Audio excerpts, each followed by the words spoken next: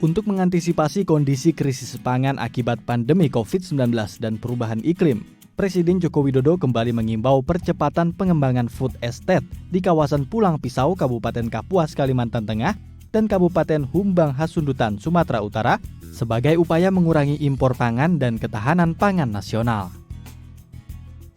Saya minta pengembangan food estate ini betul-betul sekali lagi dikalkulasi secara matang mengenai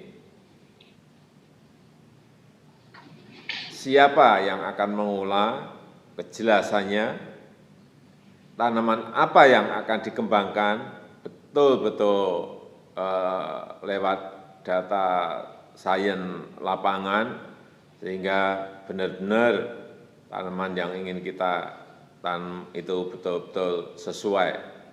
Kemudian teknologi apa yang akan dipergunakan, dan yang terakhir mengenai masalah pembiayaan.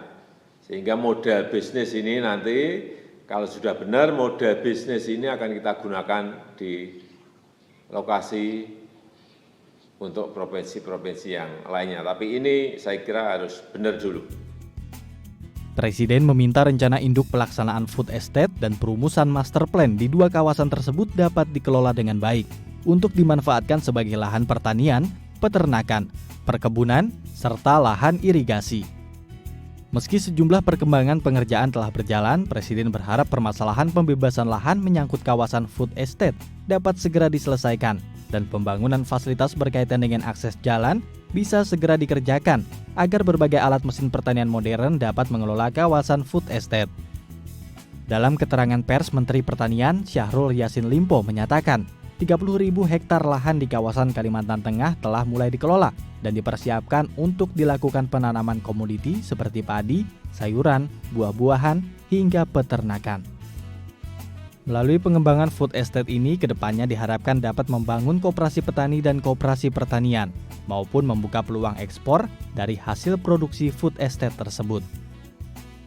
Teman-teman pers yang ada, oleh karena itu, food estate, namanya food estate itu memang komoditinya tidak cuma satu. Kita berharap karena Pak Presiden memberikan petunjuk agar ini menjadi percontohan korporasi petani, korporasi pertanian. Jadi korporasi petani, korporasi pertanian.